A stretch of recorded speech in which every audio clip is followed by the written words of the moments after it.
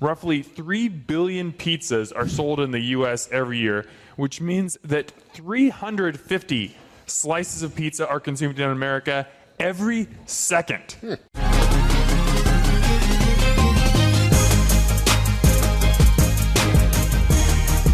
Hey there, Omaha. Welcome into another episode of Restaurant Hoppen. I'm your host, Dan Hoppen, and for all the great food in the world, I think my favorite would have to be pizza. And America, I think, agrees with me. I'm not alone in this. Roughly 3 billion pizzas are sold in the U.S. every year, which means that 350 slices of pizza are consumed in America every second. And we are contributing to that right now very well. So good job, guys. But I don't just want to consume pizza and enjoy it. I want to learn more about it. And this, what we think is such like a simple food that everyone enjoys, it's really an art form. And I want to understand it a little bit better. That's why I'm so excited to have my guests here tonight. Joel Marsh, Flohr, Dan Watts. Guys, welcome to the show. Thank you, Dan. Yeah, Thanks for having us. Great to be here. So before we get started, because we've got multiple voices and because you guys all come from different restaurant concepts, I would love for each of you to introduce yourself and give me like a 45-second to a minute pitch on what your restaurant or food truck is and what style of pizza you serve. Dan, we'll start with you. Great. My name is Dan Watts. I'm with Backlot Pizza Kitchen. We do Detroit-style pizza, which was developed in Detroit. Say, as you've tried it here, I wouldn't call it a thicker crust because it's not really thick, but it's based on basically a focaccia bread dough. In the same style where you'd see focaccia has olives and roasted garlic or rosemary pushed into the top. This pizza is the same exact way. We take our dough, it gets stretched and pushed out, and then the toppings go on the dough, not on the cheese, and then cheese goes on top and sometimes other things. So, but we make a lot of pizzas different ways. So, but that's the gist of it. All right, I'm Flohr. I'm with Gerald's. One day I just kind of started making pizza in the backyard with a YouTube oven, and my friends started saying, keep doing this, and then it just kind of elevated into this, and very grateful to be here. So we just do a kind of a traditional Neapolitan dough, just flour, salt, water, and yeast, and we ferment it for anywhere from 48 to 72 hours to get that nice leopardine texture that's on your crust. And you'll have a nice little flap on there because we're using really fine flour. But I like to basically have the opportunity to offer people like pepperoni, all the stuff that most Americans eat, on top of some, Italian twists and just whatever the heck I can put on top of the pizza that will fit and work. I mean, we've been asked for plenty of stuff, and I've tried to do as much as I can within my limits, and we're just happy to be here and out and selling pizzas. It's been wild. All right, I'm Joel Marsh from Noli's Pizzeria. We serve pretty traditional New York style. Maybe some New York Neapolitan, which is kind of a mixture of the two. Thin crust, bigger slices. We use fresh crushed tomatoes for sauce, so it's an uncooked sauce. Right on the pizza, it cooks in the oven. Cook it at a higher temperatures, not quite as hot as Adam, but like 750 degrees, just to get that nice char on there. Our big thing when we first started 10 years ago was the water. And how New York City, a lot of people don't know, it's the cleanest municipal water in the world. So that's why they say the pizza and the bagels are so good. And it's right. I had a friend send me a gallon of water straight from the tap in New York City, Manhattan. We took it to a company here, had it analyzed for contaminants, mineral content, softness. And it came back 80 parts per million, like mineral content. That's opposed to Omaha, which is 450. So the purity of the water is incredible. And it makes sense with the dough we're using. We're 65% water by volume. So it definitely affects the flavor. And we've been doing that. We got a system here that filters out all the Omaha contaminants and then puts back in the mineral content for New York City. To get to know you guys a little bit better, I would love to kind of hear your pizza origin story. Like, of all the different foods that you could be cooking, why pizza? What draws you to pizza? We'll start with you this time, Joel. Okay. Just the simplicity of it is pretty amazing. How like the dough is just being 4 ingredients, yet it can turn out so many different ways. So I mean, there's the combinations are infinite. You can't ever run out of having good ideas about pizza, and that just makes it, to me, the creativity is what makes it so special. I guess first off, I was just really impressed with Neapolitan pizza and how fast that you could make those, and the texture and just the fire. It was just really impressive to me, and that was just the beginning of it. Before I knew about the whole process of pizza, the universal food. Everyone loves pizza, all the food groups. But like Joel's saying, you can just tweak your dough a little bit. This could be your fridge temp. It could be your hydration. It could be a little bit of oil. Dan's probably using a little bit of oil in his dough for the crispiness. And the amounts of just tweaking a little bit of oil, a little bit of water, and maybe a little stronger flour, and you can create pretty much anything. It's endless. My past a little bit different. I started working in restaurants in Omaha when I was 19 probably, and was just really fortunate to get to work around with probably some of the best people that have run restaurants here. And so I think my second job was with Nick Strawhecker at Dante, and I never made pizza there. I think I made pizza there 4 or 5 times, but mainly what I did is I worked the saute station. I made pasta. I think I remember the first day we ever made pasta at that restaurant. We made it by hand, no mixers or anything. And so I did that there, but I guess in terms of that being an origin story, that's really where I learned how to cook food and appreciate what I feel is kind of the 3 legs of what it means to be a good, culinarian is ingredients, equipment, and technique. We bought really good ingredients there, as high a quality as we could, and learned with those and touched those, cut them every day. Worked with everything, and then we had our equipment, which was, for me, a range and all of that stuff. But for the guys that were making pizza was, a huge Valeriani Muayeni wood-fired oven. And I stood next to those guys every day while they stretched pizzas and make dough.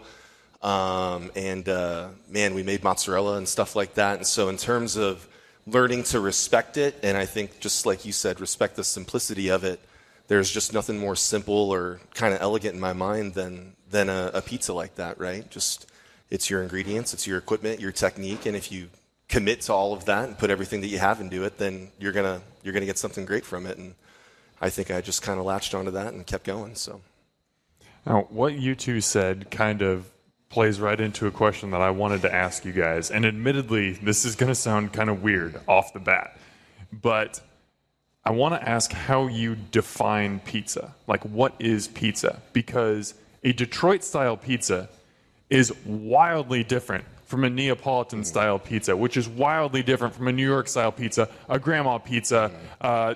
We could go through all the different labels out there. So when we're just getting down to it, we put all these wildly different foods under this pizza umbrella. What is pizza? How do you define it? Anyone can go first. I think it's all about who's creating it and what you're doing. It's what you want it to be, essentially. I mean, you can have a good old thick crust. You can be in the mood for a Detroit like Dan. Sometimes I make those too, and sometimes I want a big old slice of New York style pizza. And I do because little twist on that the Neapolitan kind of or Neapolitan New York style. I think kind of Lo Sole does that as well, and it's kind of a mood for me. Me and Maggie could, be on our Detroit kick for a while, and then we went back in the trailer after a few months of not being in there, and we're like, oh my God, we miss this so much, and we like this pizza too. It's really just hard to choose. It's kind of like a mood, whatever you're in the mood. The creativity just stretches so vastly, especially between all the the small pizzerias in town that are doing things different and using different ovens and different techniques and different hydrations and. It's what do you want to create? What do the people want? I think it's probably easier to say what isn't pizza. Yeah, and I think you're probably right. You've experienced some of that, Dan, probably. But I think pizza's pretty simple. It's dough with toppings on it. Likely most of the time has cheese, and is one of the styles that everyone's familiar with. I think there's people that get really creative with some things and ingredients, and I think that's fun. at our brewery downtown, 25th and Leavenworth, Site 1, we do some fun and different pizzas and have some fun names for them, use different ingredients, like a banh mi pizza I think is really great that we're doing. But yeah, you got to kind of stay true to the identity of I think what pizza is, which is what I just described. So You just mentioned it usually has cheese. I went to now I'm trying to. Where's Purdue University located? I'm blanking. Someone help me out here. Indiana. We went to a pizzeria in Indiana, and they had a Drew Brees no cheese pizza. It was stupid. It's just like, what are we doing here? This is just fancy toast, basically. We need cheese on a pizza. I agree. Anyway, there are sorry. some like Sicilian styles that will do, and I mean, I think we were talking about it earlier. It's like more of a thin bar pie, but it's rolled out really thin. They'll go sauce to the edge. And then sometimes no cheese, just olive oil and oregano in a wood-fired oven still. And those are desirable, but they're just like better with like Parmesan on top. At the end. Of course, so, I mean, yeah. it's hard to not have the cheese on it. Yeah. I mean, we've talked a little bit about how pizza is just this universally beloved thing. You're going to find very few people, even the pickiest of eaters, will like pizza. Maybe they won't like every style of pizza, but they like some kind of pizza. What is it about pizza that makes it universally beloved? You get a little bit of everything. I think and I don't want to get too deep down to the rabbit hole here, but when you look at all of the ingredients, you're all genetically predisposed to wanting those. You've got really high amounts of naturally occurring MSG in tomatoes and cheese. And that's the way that is, right? And when you look back, like, again, we're not going to go down the rabbit hole too much here, but when you go back and look at old, menus and, the way that people would eat, maybe if you watch even old TV shows or old movies, you'll see the way that people talk about food and is like, they didn't even have bread, right? That was such a staple. It was like, and that was before sliced bread. You couldn't go into a store and just buy it. You had to go to a bakery. It was sourdough. It was really good, right? And so when you get into those breads, making pizza with real, actual leavened doughs like we do, there's MSG in that. So it's all of these naturally occurring things that you like and taste good together. And that's tomato, that's cheese, that's bread. And you add really good grassy olive oil and herbs and things like that. And how many people in this room like a burger or a steak cooked on a wood fire or a charcoal grill? You all grew up with that. And everybody grew up with pizza and knows that flavor is approachable and good, and I think that's why. Jeez, dude, that's like a poem. I think I'm just going to get up and leave. You host the podcast from now on. That was amazing. What do you think, Joel? Yeah, I agree. I think it is the simplicity of it. And the bread, I think the bread is what brings it all together. Just bread, sauce, and cheese. I mean, you got the acid and the umami from the bread. It's I don't know how you can go wrong with it, so. Oh, I was talking about this, actually, it was a week or so ago with John Ray, who's the chef over at Via Farina, and we were trying to figure out what is it about pizza that is universally beloved, because, like, if I love steak, I love sushi, I love pasta, but I love the higher end of those things usually, or at least a mid-end. I'm not going to go get, like, a fast food version of steak or sushi. That's going to be a little questionable. But as much as I love a $30 margarita pizza from Dante that's like certified VPN everything, I'll also crush a $6 hot and ready from Little Caesars, and it's totally trash pizza, and it's also delicious. No, you won't, Dan. You got to quit doing that. Please don't do that. I'll sell you $6 pizzas at Backlot for the rest of your life. If you just... Okay, fair. Well, yeah, that's probably you can have them. Okay. But my overall point is, like, I mean, there are people in this room, I bet, who still eat frozen pizzas and really enjoy those. Like, there's something about, you can have high end, low end, like, there's just like no. I see there are corners of the internet that say there's no bad pizza. I don't agree with that, because there is, but there's more of a unification, I feel like, where yes, you can have the high-end stuff, but you can also have the mid and low-end stuff, and even there, it's still like, it's pizza. This is good, right? Look at how people grew up, If you did really good in school, you'd have a pizza party. If you had a birthday party, it was probably, and mom wasn't cooking or nothing, it was probably pizza that you were getting. And But then conversely, if you did really great in school or something like that, you were going to go out to eat with your family. Maybe that would be, I grew up in Council Bluffs, Iowa. Sometimes that was Godfather's Pizza on, 28th and Broadway or whatever, and that was special. So you can relate so many things, small, big, large, to pizza in terms of memories and nostalgia. And, that's probably the most important thing with food, if you can link those things. I think, to that point, the family, the sharing of it. Yeah. It's like family style all the time, and that just brings people together. Yeah, that's what I was going to say. You don't share a burger. You have a pizza, it was you're not going to cut off a sixth of a burger and kind of hand it around. Right. Pizza's here you go, and everyone's kind of happy. You get a sixth of a burger, you're okay. That's a good point. But I don't know, going to your Little Caesars comment or whatever, but and I've talked to Dan, and I'm sure Joel does as well. We use good cheese. Right. That's very important. That's the most expensive thing about it. Our flour can get a little expensive too, but at the end of the day, it's just using good cheese, hand grated, none of that stuff, unless you're using grande that doesn't have any of the anti-clumping agents, but just solid cheese. Let them know you care. Yeah, it's not that hard.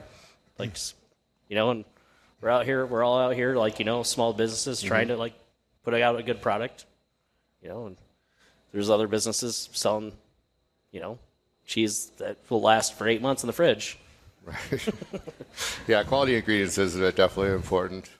When we first started, I have a short story about I was with a purveyor of ingredients, and they took me to a sausage tasting thing at one of their kitchens. And he was putting the sausage in front of me. I was tasting. I'm like, no, terrible. I don't like any of this. He's like, Joel, you seem like the kind of guy that likes your meat to be 100% meat. I'm like, yeah, Oh, boy. I'm that guy. That seems like a low bar to clear. How low can it go? He's like, really low. Those $5 pizzas, those 10% meat in the meat. I'm not getting Little Caesars pizzas anymore. I'm saying hypothetically. Sarah can attest to this. I've not had a Little Caesars pizza in a very, very long time, but that I still do have nostalgia for that Sometimes every you once in a gotta- while when I drive by it. Sometimes you got to eat, man. The crazy bread's great. So how did you guys, kind of getting back into your backgrounds as pizza makers, how did you educate yourself? Because it is such a technical process. I mean, creating a dough, figuring out what cheese you want to use, figuring out what style you want to use, what oven you want to use, how do we operate in this oven? You can take this question any direction you'd like, but once you decided I want to do pizza, where did your education come from? Mine was just following someone else's recipe, and I just tweaked and tweaked and tweaked and tweaked it to the point where I was mixing different flours, using different yeast. And so last year around the time, because we were right when Dan was moving into Site 1, where they're at now with their pizza, we were going to try to coexist. We didn't have enough room. So we moved into Nebraska Brewing. So there's not air conditioning in the back of that warehouse. And and our flour's at a different temperature than inside most different places. And, and everyone's cooler temperatures could be different. So I made some dough. I came back from vacation and we were going to a party of 500 people. And I made 250 balls of dough, and it just overproofed. I was losing my mind. I was like, what happened? And then I just eventually started dialing down the yeast. And actually, one summer it does hit, it's different because I'm outside in the trailer, I have to lower my hydration. But I still get the same results usually because of the, the humidity. But I'm also hauling around a trailer that's about 30 degrees hotter inside, so maybe someday we'll get a bigger unit. But for now, I'm just stacking ice, balls of dough, then ice, balls of dough, and ice, and then kind of going through them and seeing hey, what's just ready, what's going to be the best, what's going to go next, and so it's a constant battle, So. Yeah, it's dynamic. It's not just once you figure it out, that's just how it's going to be forever. There's always obstacles. It's a living product, that you need to. It's an art, really, just putting all things together, and sometimes it works, and you learn what does work and what doesn't, and I've always just tried to push forward, never rest on my laurels. I changed my dough recipe last week. It was 10 years, and I don't even remember what it was originally. And I'll always change, trying to get better. I think everyone does. I know the guys over at VIA are always tweaking. Yeah.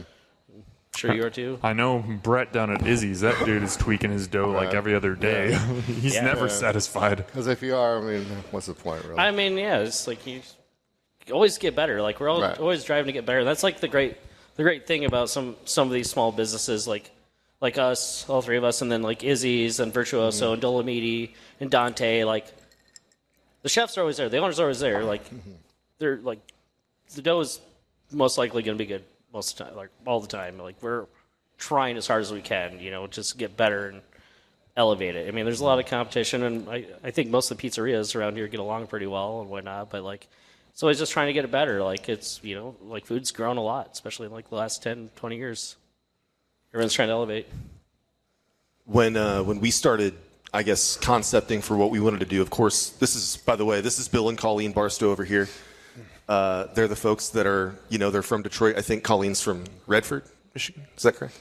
But originally from Detroit. And so they've had, within our company, we've had movie theaters for about 35 years under the ACX cinema chain. But when we wanted to start getting into restaurants, their son Mike went and worked with a gentleman named Sean Randazzo from Detroit. And Sean Randazzo ran a restaurant company called the Detroit Style Pizza Company. And he's the gentleman that kind of put Detroit Style Pizza on the map. He took Detroit Style Pizza to the International Pizza Expo and kind of won like best in class or something. But that's when the Detroit Style Pizza sort of started coming into proliferation into America and outside of Michigan and Detroit. And their son Mike Barstow went to Detroit and worked with Sean Randazzo for I think a week or 2 weeks. His recipes, ran his restaurant, made his pizza. I mean, when you go and worked with Sean, he has since passed away, unfortunately. You run his place and you do that. And Mike brought that back here and successfully opened Backlot Tap House with that. And that's kind of course, having to bring something from Detroit, which is clearly, much different weather, to here and make it happen. But all with similar equipment, similar ingredients, and similar technique, and was able to do it. But that's kind of how we got going with our pizza with Backlot. So what you brought up, Adam, I think is really interesting, and I want to touch on. And Joel and Dan, you guys can comment on this as well. You obviously work in more climate-controlled environments, but the atmosphere and the weather still affects you. But it definitely affects you, Adam. I mean, when you're out selling and it's, a beautiful 70-degree fall day versus a 100-degree day in the heat of summer, everything reacts differently. The dough reacts differently. It rises differently. It might cook at a slightly different temperature. Like, how do you figure that out and make those adjustments? Is that just completely trial and error? Is there some science behind it? How did you figure that out? When we did last year, when that all happened, I mean, we're like in the middle of July. We just got back from vacation, and I had my spiral mixer. I'm not sure if you used one or never, but I had to use my old one, my old Hobart, in the back of Nebraska Brewing because we didn't have the 220 yet for my Italian one, so it was getting a little bit nuts. But at the end of the day, I ended up just taking about 1% or 2% of my water out of my dough. So I normally, I ended up raising it up when it was about March and February to 66 hydration because it was a little bit easier for me to stretch. And then once the weather starts getting warmer, I'm going to go down to 64. So I'm at 65 right now, and this week I'm going to make 64. And then I'm lowering my yeast just gradually, literally by a tenth of a gram at a time, just going down about a tenth of a gram at a time. Per kilo. What does hydration percentage mean? Sorry, Dan. Oh, so when you're doing hydration, so basically take it over my podcast, guys. I'm telling you. Nobody here knows what this shit means. So hydration's pretty important, but it's really easy. So you just basically go off your flour, and I always do this. I don't pull out the pizza calculator. So 1,000 grams of flour, I get about 6.2 balls of dough that are equal to 270 grams after the water, yeast, and salt's added. So if you're going to make a pizza dough recipe like Joel and me, doing about 65% hydration, pretty easy to use for you if you're at home, 64, 65. When it gets a little bit higher than that, even 67, it'll kind of get wet. But if you're at 65 or whatever, so we can do 1,000 grams of flour, 650 grams of water, and then if you're going to salt, usually do about 3%, so about 30 grams of salt for my style, and then I do about right now I'm doing 1.6 grams of yeast. That's my recipe right now. It's pretty simple, and I just mix it really slow and stop it when it's about 74 degrees. So like that's very important when you are making dough. You do like me specifically. I get my water temp anywhere from about 72 to 74 degrees, and then I bloom my yeast, and then I add my flour, and then I let that mix. And then when it starts forming, I add my salt. Why do you like that temperature of the tap water? Because it stays in control, Dan. I mean, above, what is it, 105? It really just We'll start kill the yeast. Yeah, like, so there's one day that I was going nuts when I had my spiral mixer, and I was texting Jacob over at Via Farina, and I was like, what the hell's going on? I'm kind of loose. I was like, my temp's at like 78, or is like close to 80. He's like, are you using it tomorrow? Are you doing bulk ferment? Are you doing ball right away? And then I've came to last year, kind of towards the end of the season, that I could just make dough twice a week, and I'll do a 48 ferment for one day and then 72 for that, because I can make it last with that. I kind of forgot I was going over that. But I was doing a bulk ferment, which is basically you make your dough, and then you put it in like a bus tub or a big bag, and then you throw it in the fridge. Then the next day you ball, and then wait another day, and then you stretch it. And then now I'm doing it. I just make the dough, and then we ball it right away. And I found out since it's not bulk ferment, it's going to ferment a little bit slower, and I can kind of control it a little bit better. And then say if my dough's going crazy in the fridge, I'll take a stack of ice and put it on top of it. If I need to last another day, just slow it down. It's control. It's hard. For me. I got a few ready. I don't know. How much more respect do you guys have for that pile of pizza boxes over there after that dissertation? And that was but a fraction of all the science and art that goes into making pizzas. And I also keep it in the back of the truck because it's hotter in the trailer. I keep one tray in the trailer on ice because it's about 30 degrees hotter, which your dough can get wonky pretty quick. Mm-hmm. So there are restaurants and pizza makers that are very strict traditionalists. They stick to what has been done over the past. They don't stray too far and get too crazy. I think you guys all lean on the more adventurous side. I mean, we've got Backlot has had pizzas that have been, you've got a Reuben pizza, you've had a birria pizza, you've got a peanut butter Thai pizza. Adam, you guys have had the Krabby Gerald, a take on a crab rangoon pizza. And Joel, you're a little bit more traditional, but even you've got a caprese pizza and a pizza with filet mignon and gorgonzola bechamel. Like, you play around with stuff too. Yeah, what makes pizza just such a blank canvas to have fun with? Yeah, I mean, just like it's just the base of it. It's so simple. The bread, I mean, you can pretty much add anything to bread and make it work. So I don't know. That's the beautiful thing about pizza is it is a blank canvas, and you can just have fun with it. I like to feed off the excitement if I make something different and someone's like, that was awesome. Like, we did a cream cheese pizza. I don't specifically like using that. And they're like, that was so good. I was like, I can't do this all the time. I'd love to do it. But, like, I mean, at the end of the day, like, it's just hearing stuff back from something that you made that might be different than someone else is doing or that might not be an option traditionally. And, the filet mignon pizza, like, people are like, hey, keep that on. We'll keep buying it. And just the excitement just making food, it blows my mind every day that people come and eat my food and say nice things to me. I'm extremely grateful and fortunate, and I'll haul that trailer around as long as I can. It's been a fun ride. Nice. Yeah, for me, I think, I know we've talked about pizza as being something simple and relatable, but, my background is as a restaurant chef, and that's French, Spanish, contemporary American, fine dining, all the way down to like truck stop. But, for me, when I think about what I want to do, the food that I want to make for people to enjoy in our businesses and restaurants and things like that, it's, we really work on like making a composed dish. I mean, that sounds silly, but it's not. There has to be flavor balance, and either that's either contrasting or accentuating flavor, and that's crunch, it's texture, it's spice, it's it's herbs and everything like that.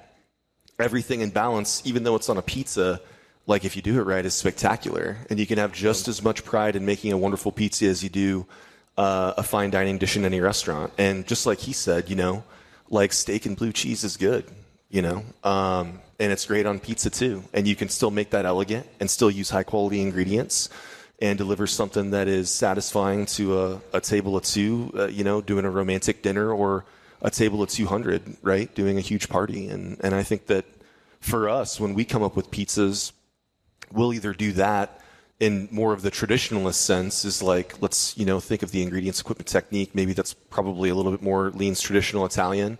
But then when it comes time to do a new pizza, it's still ingredients, equipment, technique. But, if we're going to do a banh mi pizza, like, I want to make the best pork that I can. And how do I do that? How do I make the best pickled vegetables that I can? How do I get and make the best of every single thing that's going to go on it, and then put it together so it all works? And then, you send it out of the kitchen, and it's like, that's about as simple as anything gets. But then you watch people eat it, and then they get it. And that's for me at least what, I don't know if you talk to a lot of chefs or not, but that's the one thing that keeps us coming back. Yeah. Where do you guys draw inspiration from when you're making a new pizza?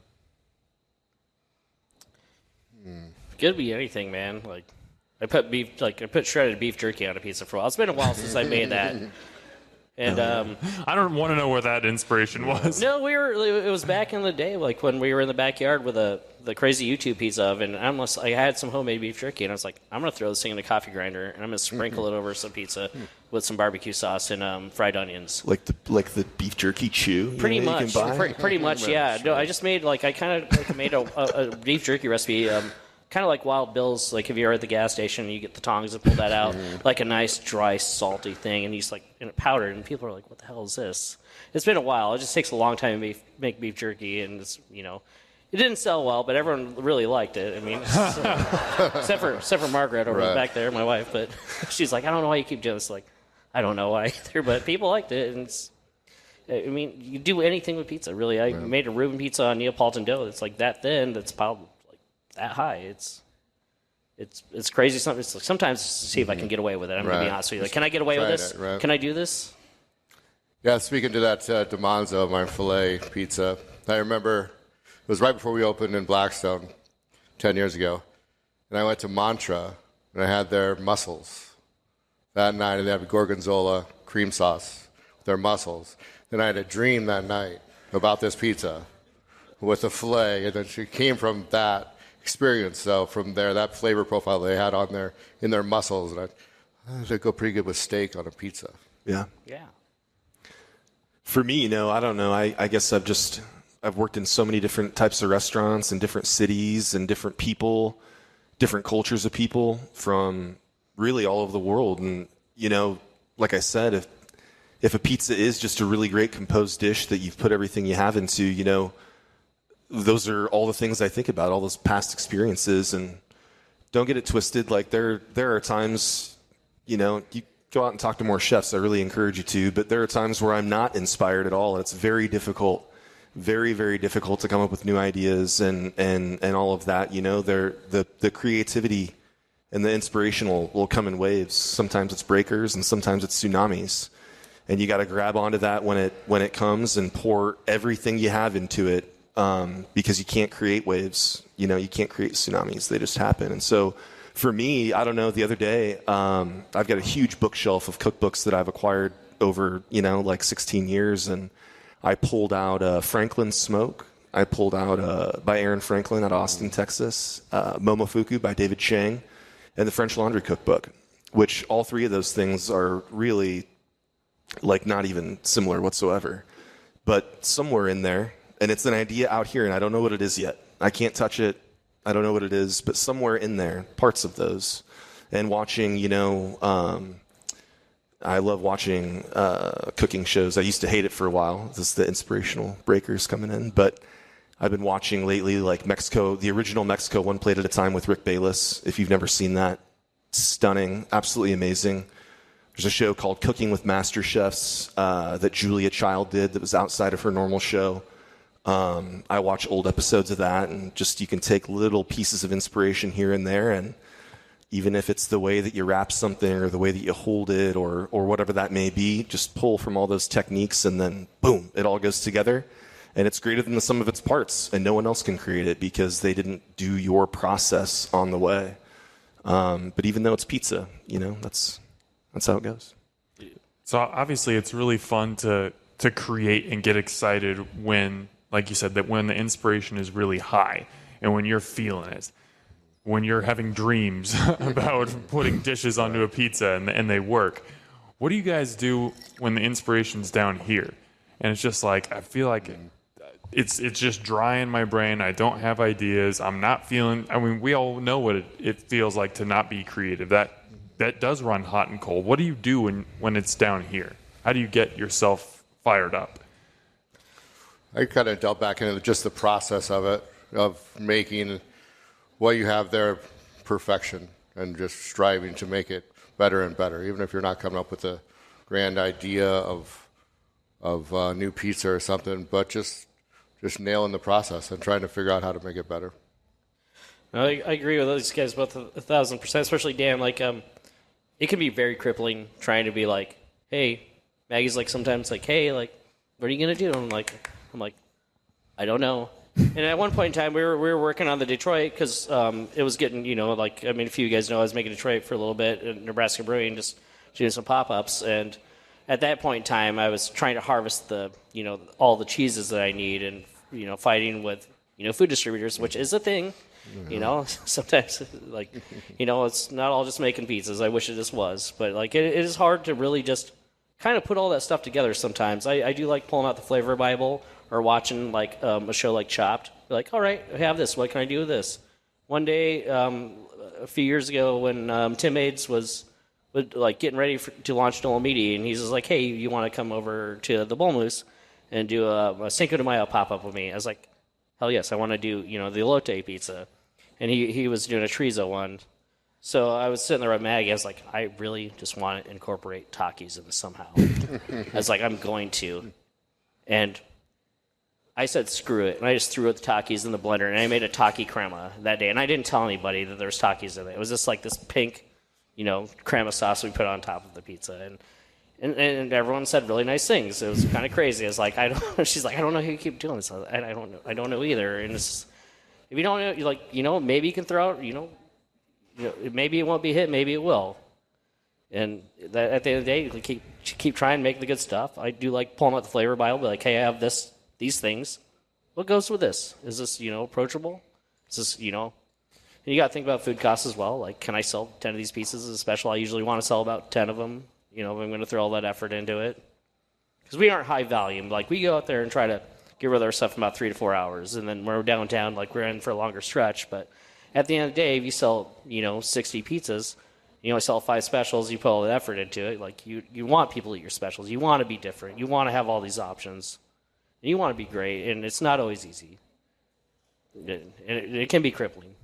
I think you need to have 2 sides to your menu, Adam. You got your more expected pizzas, and then you got your gas station line over here, where you've got the beef jerky and the Takis pizzas. We did a breakfast pizza. We finally sold some breakfast pizzas yesterday over at Trips Botanicals, and we don't do those often, but we did. I seriously just beat up some eggs, throw some salt and pepper in them, and then I would just brush the eggs on with a silicone brush, and throw some nice bacon, some mozzarella, and occasionally, if people wanted some clary peppers, really made a really damn good breakfast pizza, put Casey to shame.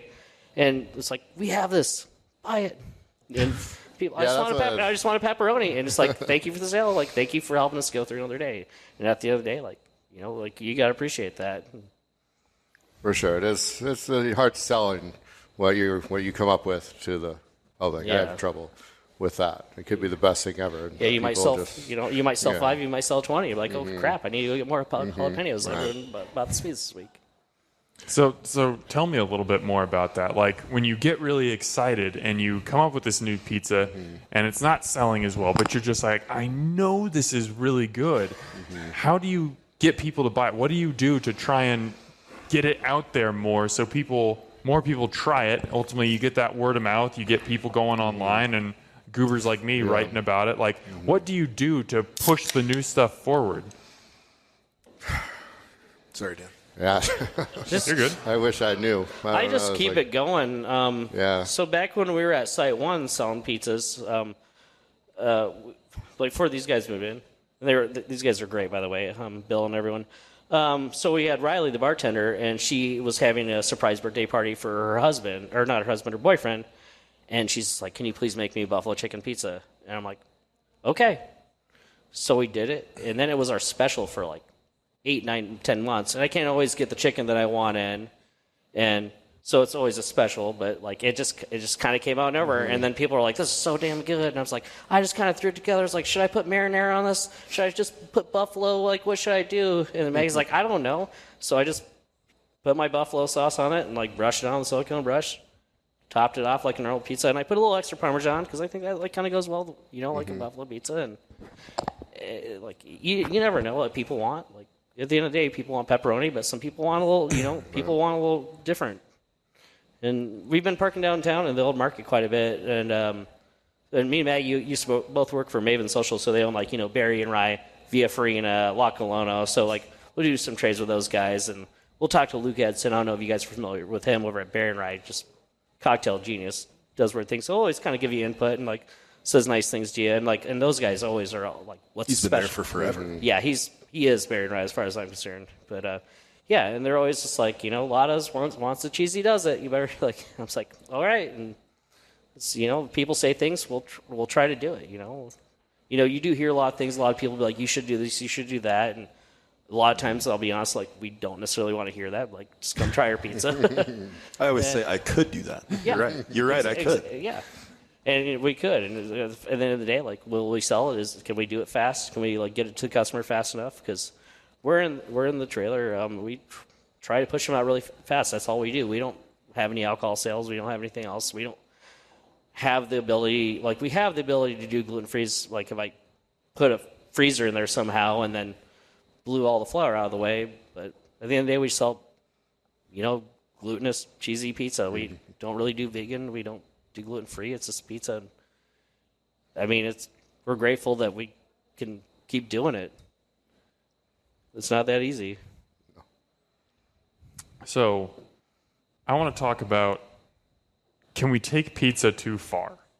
And I asked this, like, when does pizza not become pizza anymore? And I asked this question because I was doing some research, and I found on the internet there are pizzas that have whole roasted bone marrow on top of them. There are pizzas with mac and cheese. There are pizzas with duck liver. And I even found a pizzeria in New Jersey that tops their pizza with 24 whole tacos just assembled on top of it. Yeah. See, wouldn't you say that's more taco than it is pizza, Dan? I would. Yes, exactly, which is why I'm asking this question. Like, it's so fun to play around with pizza. And we talked about how it's a blank canvas, but is there a point where we get so far away from it where it's just kind of like, what are we doing here? I want to say that a mac and cheese pizza sounds kind of dumb from my chef perspective, but it's one of the more popular things that we sell at our places, like during Lent and stuff. And they're awesome, but I'd say the only, my conflicting part as, a chef with that is, you don't put bread on bread. Yeah, that's a lot of carbs. Would you eat, pasta on a sandwich? No, bro. And that's, what a mac and cheese pizza is, Yeah. But it's good. It tastes good. I like it, and, I have to admit that. But Okay. Maybe you'd be approaching that level when it's not pizza at that point. But he put big league beef jerky stuff on, and I want to eat that. I want to eat that with the taki cream. I'll let you know. Yeah. Yeah. I mean, we did miss Cinco de Mayo. It's about time to put some corn on some pizzas again. It's just kind of find the time to do that. Sometimes we make crab mix every once or twice a week, and we make our sauces and get all that ready. And sometimes it's hard to find the time to do that. I need to start making pesto. I don't know why I've done that. It's just trying to just keep together. It's just me and her most times, and we'll pull in our buddy Paul or our buddy Tim or our buddy Justin, and it's like, hey, come help make pizzas, and we're very happy to do that. But you can't be like, hey, Justin, go work on a special over there when you're only selling 30 to 90 pizzas a day. It just depends on what it is. But it's a lot of things come into it, like why we can or can't do it, and if there was if everyone wanted mac and cheese pizza, we'd all sell it. If I had room in the trailer, I'm working on a one-door fridge, really, in there, and I'm very fortunate to do it. I'm happy it worked. It's crazy, and here we are. But what are some modern progressions in the pizza world right now? Like, what are the trends that pizza people are talking about, or the equipment that they're looking at? However you want to take that. Like, what are people in the pizza world monitoring, and what do they have their eye on? I think for us is the electric ovens, electric deck ovens. Before the deck ovens were gas, and you could only get them up to like 550 degrees, maybe 600. And now there's a rebound there. Yeah, and it's all top heat. Now these Which electric means, deck like, ovens. what I'm saying there is, let's say the oven's at 550 degrees, and I know you know when you open an oven, you lose temperature, but not just when you open it, when you cook other things in it. You're removing the heat energy from that oven, right? Thermodynamics. That stone is what. That's what our black stone. And it has to recover before you brick cook oven. more. That's the problem, is sucking the heat out of the stone through the pizzas and then having not to be able to regain it. With these new electric deck ovens, they have heat underneath the stone and on top. And you can get them up to 900 degrees if you want. That's crazy. I'm a little opposite. I see, it might just be in my algorithm, but I just see tons of people just tossing stuff in their unis or rock boxes or whatever. We're happy to have those domes, which are basically like a one pizza professional oven made for your home, and they can handle it in a commercial environment. I see a lot of people just, messing with stuff. There's some guy that'll like mix up different fruity, pizza sauces and just throw whatever's on his mind in it, and it works. And it's just a lot of these home cooks out there with those portable ovens you can get from anywhere from $200 to $600, and I've seen a lot of good ferments online. People are just producing really good pizza. I think there's just a big pizza craze going on lately, and then I got into that, and then I tried their pizza first over at Backlot probably like 6-7 years ago, and I really liked that. Then Izzy's came to town. It took us forever to get over there, and I didn't know that the cheese was caramelized to the edge, and you're trying to really work so hard on that. And it is a thing for certain pizzerias when they're working with their Detroit pizza to have that little fence of burnt cheese to the edge called the frico. The frico. And people are like, oh, that's burnt. It's like, no, that's the good stuff right there. Right. You want that crunch. We've worked so hard on that. Like, I work hard on my Leopardine. People work hard to get that right different cheese blend for the frico. And what I learned from making Detroit pizzas like this winter was just, you're doing focaccia bread. You're kind of slapping out. I'm making thin pieces and slapping them around, stretch thin in the middle. I don't have problems with bubbly in the middle. And I just had to sit there and fight the yeast and figure out what kind of fermentations and how, It's a finesse thing. Yes, to make my focaccia in the pan not bubble up in the middle. I want the middle to be flat and crispy the whole way as possible. And there's so many different techniques to it. And we're sitting here fighting this. I remember Brad over at Izzy's, he was in his trailer one day and he was having that problem and just losing his mind. And I think he talked to a couple people and figured out. I think he might have added some more gluten to his dough. And it's small things, we may have a good product, but we're always trying to figure out how to make that little small thing better. Make sure the bottom's cooked all the way through. Hey, I'm going to start using a little bit different flour so I can kind of get still a soft crust, but I want a little bit harder shell, like the baguette style on the end of my pizza. So just small things. People don't notice. You're still making a good product, but we're always fighting with dough. The stuff I see in terms of innovation, I think, just like I talked about Detroit-style pizza gaining popularity in kind of an internal pizza community and then getting big and spreading to places. I think you're going to see that a lot with two styles. I think that's going to be like the Chicago-style bar pie, and then I think the other one will be like the New Haven, like Sally's New Haven style, which would be still a thin crust pizza, but likely coal brick-fired, still good ingredients, not thin tomato, probably some chunks in there, but we talked about that earlier. So good. That's what we're ready for that. 600 degree-ish, leopard spotting. I would do it, but it takes so long in the trailer. I can't do 8-minute pizzas. It's like all of the desirable qualities about all of the pizzas in one, right? And it looks awful, but it's really good. And then I think too, bar pie, I mean, man, I hate to say this, but I don't even know where we were in Chicago, but we do a lot of work in Chicago, and A place whipped out like a frozen pizza, threw some stuff on top, and ran it through like an electric oven. And I think we were probably pretty late at night, and anything would have been okay. But I thought it was great, and so I think, those two styles are gonna come into it really big here. And then just like you said, the electric equipment. I mean, a few of the places that we have, they don't have any gas, no hoods, no nothing. Including a place like in the West Loop in Chicago where we do, it's a cocktail lounge, a 10-item small menu. There's no gas there. It's all electricity, and at some of our locations for our pizza, we use gas, large Hobart deck ovens. And then at some of the other locations, we use conveyor ovens that are electric.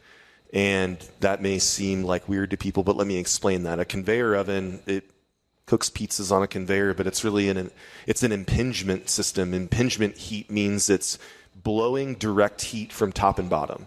That means there are holes in the top directly above where the pizza is sliding that is blowing direct heat onto the top, which is cooking the pizza on top, melting ingredients, but also the same is happening on the bottom, which is really important for oven spring and rise to your pizza. And so really you can cook amazing pizzas, and we have done bar pies, Neapolitan. We're messing around with a few of those things right now through those ovens and do kind of whatever you want, and they're great. Not to say I don't also love a traditional deck oven and everything like that, but just to explain a difference, for us at our Elkhorn location, we have a triple stack deck oven. Probably weighs 8,000 pounds. It's a Hobart. It'll outlast me and you and everybody else in this room. But there is that rebound time, right? It's a 150, 250 seat restaurant, whatever it is, and we can fit in 24 pizzas at a time, but they take 50% longer to cook because we fill those ovens up. And then the rebound time is longer. So it's not always black and white straight up on the math and how long it takes to cook a pizza for us. It is straight up black and white on how long it takes to cook a pizza in a conveyor oven. The time is correct. There's no rebounding, and everything is good. Now, that being said, we use the same recipes, just a little bit different, whatever, panache here and there for our electric and deck, but those are two completely different cooking systems. In the deck oven, a Hobart, you're talking about direct heat on the bottom, just like you are with an impingement system, but then in the top of that, you're talking about radiant heat, which is different, and that'll slowly cook the toppings and slowly brown toppings on top.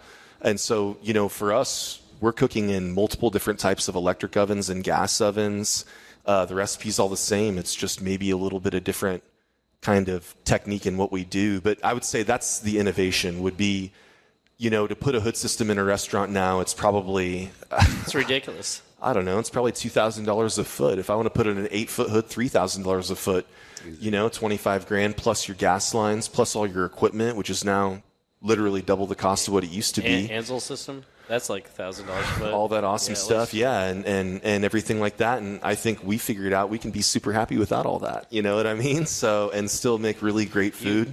And that's a challenge. But I don't know. None of this is easy. And I think when things are challenging and they come up, you figure them out and you work hard. When you break through that, it's really rewarding. And I think we found that at a few of our locations. So.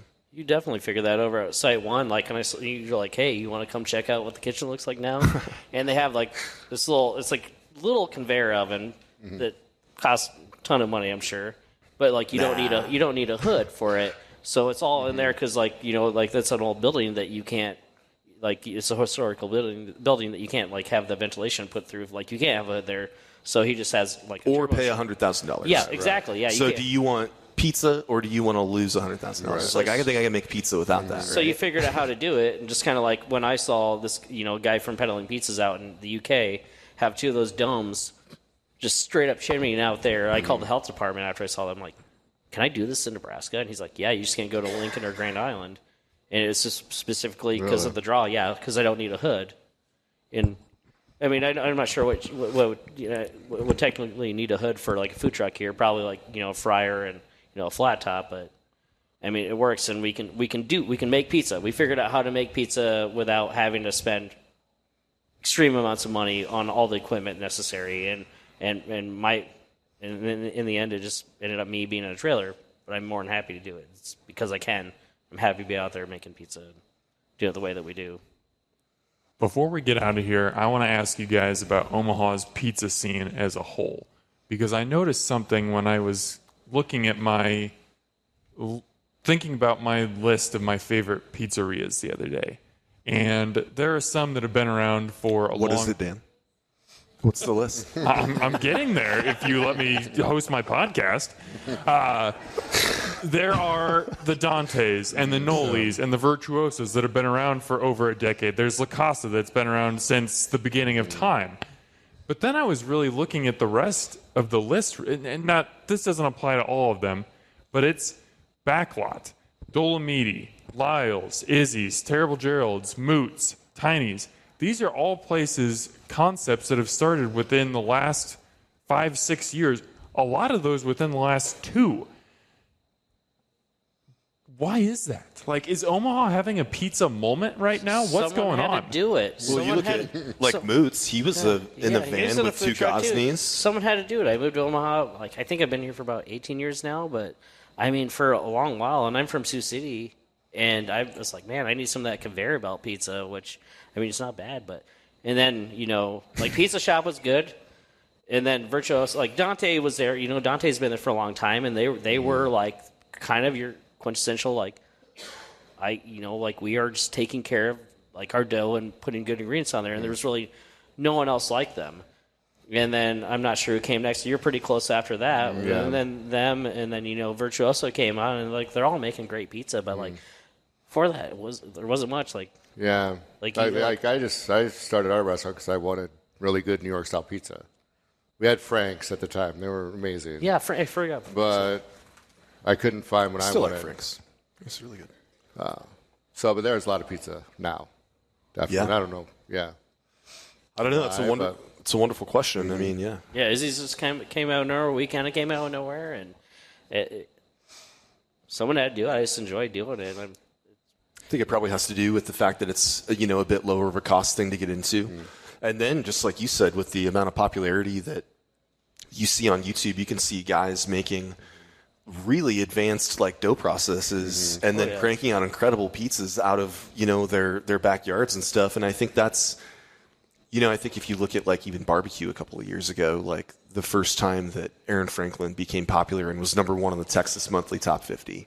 And he wasn't just like your Uncle Todd that it's done when it's done. Like he brought the art, the craft to it, and that's what made him popular. I think the same thing is with these guys. Each one of those people that you mentioned could sit and give you a thesis on what they do with their dough and why. And I'll be honest, when I'm having difficulty, like I used, there's if you work the scientific method, there's one variable that you'll change. It's your hydration percentage, it's water, but at a certain point. I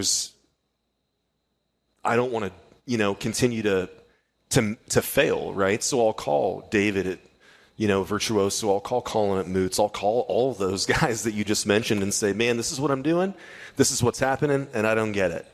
What do you think? And it's a wonderful community like that, but each one of those guys comes back with different responses, and most of the time it's like, why don't you just chill out a little bit and go in there and work with it for a while and come back and, calm down. It's going to be okay. And that is true. That is what you should do. Just chill out a little bit. But yeah, I don't know that, I love Virtuoso and what he does with that dough. I mean, it's like a 4 or 5 day process, and it's just the texture and, Dante too. That's something that a big, kind of nostalgia thing for me, but I love Via Farina. I was just at Moots 3 days ago. Like my kids, they were out of school. They got great grades. And I was like, where do you want to go? And they're like, we have to go to Moots. I was like, but not Backlot? Like, come on, but are you sure? So we went to Moots, and that's what they wanted. So wonderful pizza here. And it's spectacular to be a part of the community, from even, guys that are still backyard. Like that's how I started with a lot of my stuff, doing barbecues, like, right. In the backyard, and then all the people up to having multiple locations. And I think that's also one cool thing. And we've kind of gotten loose with it, but it's still around. But I think all of us have really busy schedules, but we have the MOPA, the Metro Omaha Pizza Alliance, which is something that kind of, Dave LaSole, pioneered and keeps pushing behind. But it's a really cool thing. And, basically once a month or quarterly, we all just get together. We'll go to a location. We'll all make pizza and bring it. And we'll sit and talk about pizza and food and the work, and distributors, purveyors, all of that stuff, and just help each other. And I think the last one I couldn't make it, but Dave brought in some people showing some cheese and some tomatoes. Yeah, to show things. So there is a community there, and it's built up enough now to where there's 15 or 20 guys that are seriously real players in it. Okay, before we close out here, I like to end with some quick hitters. So 10 seconds or less in answers here. Best style of pizza that isn't served in your restaurant? I like the Omaha style, really. We lost my favorite just a couple weeks ago with Sortino's. And I'm kind of in a toss. I really like Detroit. I make Neapolitan, but I like Detroit, and then I do like the Neapolitan kind of New York style. I like the fluffy crust that these guys and Dave's making, and say what it is. It's good product. I crave that stuff in Detroit. It's nice and rich. I'm just a traditionalist with so many things, and for me, it's just OG Italian wood fire. For me, that's where it is. I love Detroit style pizza, but that's it. Neapolitan. You can only have one pizza topping for the rest of your life. What You're is such it? a psycho. Wow. One? Yeah, you got to choose one. Golly. yeah, I mean, Does that include cheese? Give me my base. Is it bread, do we dough? get cheese? Man, the last time I asked this, it was real simple. Were They were they just just like sausage, and that was the answer. Well, Italian then I'm sausage. gonna have to live my life with cheeseless sausage pizza. I can't make that commitment. Dan. You get sauce, you get cheese, one other topping like pepperoni. yeah, I like the pepperoni. I like the soppressata we've been getting lately. I never kind of thought it. We just found this nice soppressata, started thin slicing those out there, and between the hot honey and cream cheese. Actually, you know what? If you have the meat, second option, cream cheese. So overrated, such a pain in the ass to work with, but it's wonderful on pizza. Fresh basil. Okay. I love margarita pizza, so I can get behind that. I'm not going to argue. And finally, best pizza you've ever eaten? I think Patsy's in East Harlem. Ooh. Probably. I mean, we haven't expanded too much. Cart Driver over in Denver was really good.